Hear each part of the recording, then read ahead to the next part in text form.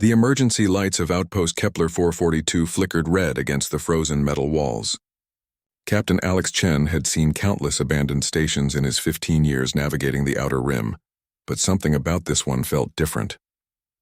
His breath crystallized in the sub-zero air as he moved through the derelict spaceport, searching for salvage or survivors. That's when he found her. Dr. Maya Dracon lay curled against a malfunctioning life support panel, her dark hair crusted with ice, lips blue beneath her breathing mask. But what stopped Alex in his tracks wasn't her desperate condition. It was the insignia on her lab coat. The Dragon Crest. She was one of the legendary Draconite medics, genetically enhanced humans from the Dragon colonies who could survive conditions that would kill ordinary people within minutes. Yet here she was, barely clinging to life. Alex didn't hesitate. He wrapped her in his thermal cloak and carried her back to his ship, the Wandering Star.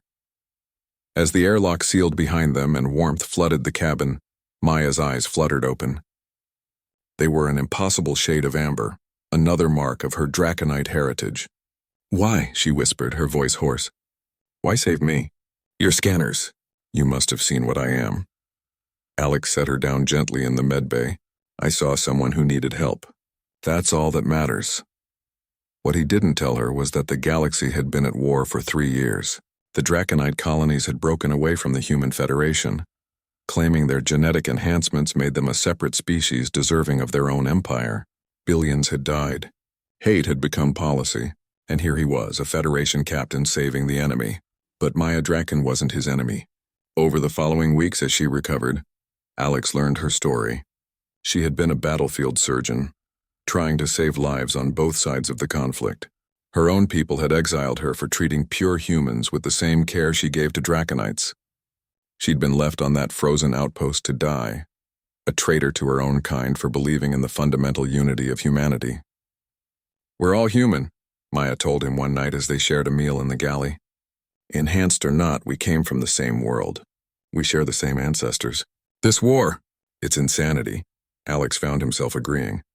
More than that, he found himself drawn to her, not because of her enhanced abilities or exotic appearance, but because of her courage. She had sacrificed everything for a principle, and in doing so had shown him what humanity truly meant. Their journey together began simply. Alex needed a ship's doctor. Maya needed a purpose. But as they traveled the neutral zones, taking on rescue missions that others deemed too dangerous, something remarkable happened. They became living proof that the divisions tearing humanity apart were artificial. Word of their partnership spread. A Federation captain and a Draconite doctor, working together, saving lives without asking about genetics or loyalty.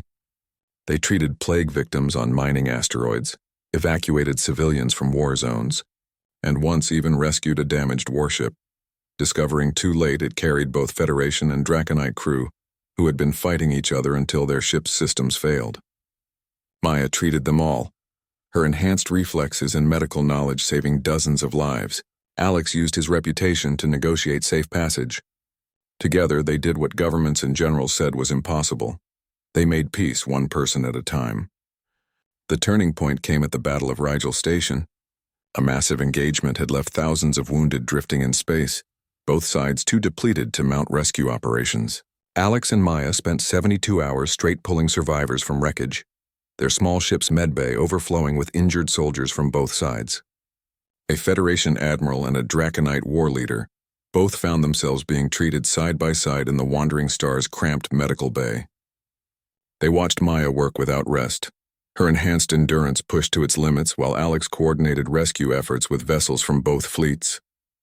Neither officer could ignore what they witnessed, humanity at its finest, transcending the very conflict they had been fighting. The armistice began unofficially in that medbay. Both sides agreed to a ceasefire to allow humanitarian operations. And when the formal peace talks began 6 months later, Alex and Maya were there, not as diplomats but as symbols of what humanity could achieve when it remembered its common heritage. Their relationship had evolved too. What started as respect had grown into something deeper. Love perhaps, though they rarely used the word.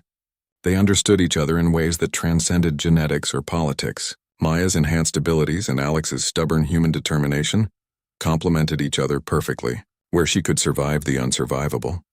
He could navigate the impossible social complexities of reuniting a divided species. The historians would later call them the Bridge, two people who proved that humanity's strength lay not in genetic perfection or technological achievement, but in our fundamental capacity for compassion and unity. The peace treaty signed 3 years after their meeting became known as the Drake and Chen Accords, named not for their authorship, but for their inspiration. They never sought fame, even as statues were erected and children learned their story in schools. Alex and Maya continued their work aboard the Wandering Star, now accompanied by a crew of both enhanced and baseline humans working side by side. They mapped unexplored systems, established medical outposts on frontier worlds, and continued to prove, day after day, that humanity's greatest strength had always been its diversity. On their 10th anniversary of that fateful meeting on Kepler 442, Maya stood beside Alex on the bridge of their ship, watching a colony world below where Draconites and Federation citizens lived as neighbors. She took his hand, her grip slightly stronger than human normal, a reminder of what made her different and what made them perfect together. "You saved more than my life that day," she said softly. Alex smiled. "We saved each other, and maybe, just maybe, we helped save everyone else too." Their love story hadn't just made history, it had remade humanity's future, proving that the bonds between people were stronger than any genetic code, any political boundary, or any war. In the end, that was the most human thing of all.